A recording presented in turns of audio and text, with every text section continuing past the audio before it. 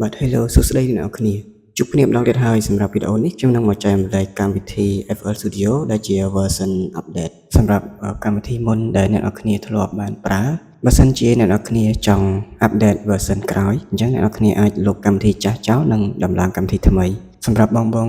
អត់ទាន់បានចុច Subscribe សូមជួយចុច Subscribe ម្នាក់មួយផងដើម្បីនៅពេលដែលខ្ញុំបានផុសវីដេអូចែករំលែកថ្មីវីដេអូនោះនឹងបានទៅដល់អ្នកនរគ្នាហើយសម្រាប់ file APK ដែលត្រូវដំឡើងអ្នកនរគ្នាអាចចូលទៅក្រោមវីដេអូក្នុង link description អាចនឹង download យកមកដំឡើងបានចំពោះ password 1 2 3តោះអញ្ចឹងកុំឲ្យខាតពេលជាងចូលទៅមើលពីវិធីដំឡើងទាំងអស់គ្នា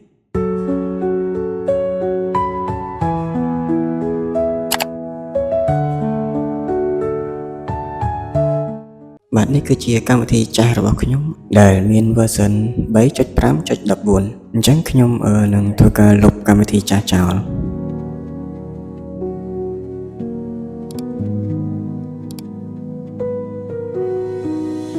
អ្នកនរគ្នាគួរតែមានកម្មវិធីនេះមួយដើម្បីប្រើសម្រាប់ extract file អ្នកនរគ្នាអាចរក download បាននៅក្នុង Play Store បន្ទាប់ពីខ្ញុំបាន download file នៅក្នុង link នៅខាងក្រោមវីដេអូបន្ទាប់មកខ្ញុំចូលទៅស្វែងរក file នៅក្នុង folder download ដើម្បី extract file នោះយកទៅដំឡើង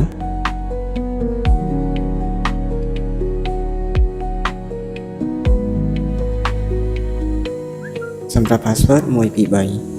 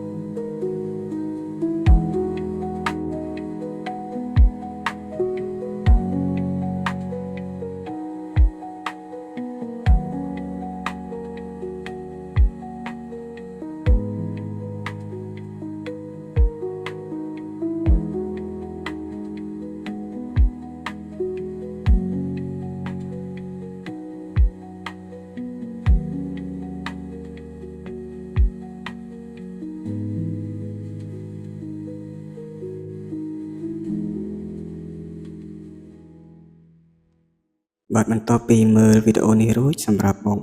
ប្រិយមិត្តដែលអត់ទាន់បានចុច Subscribe Channel របស់ខ្ញុំបាទបើសិនជាបងយល់ថាចូលចិត្តការចែករំលែករបស់ខ្ញុំសូមជួយចុច Like និង Subscribe ម្នាក់មួយផងខ្ញុំនឹងធ្វើវីដេអូចំណេះដឹងថ្មីចែករំលែកទៅកាន់អ្នកនរគ្នាក្នុងពេលនេះដែរសូមអរគុណសូមជម្រាបលាជួបគ្នាវីដេអូក្រោយ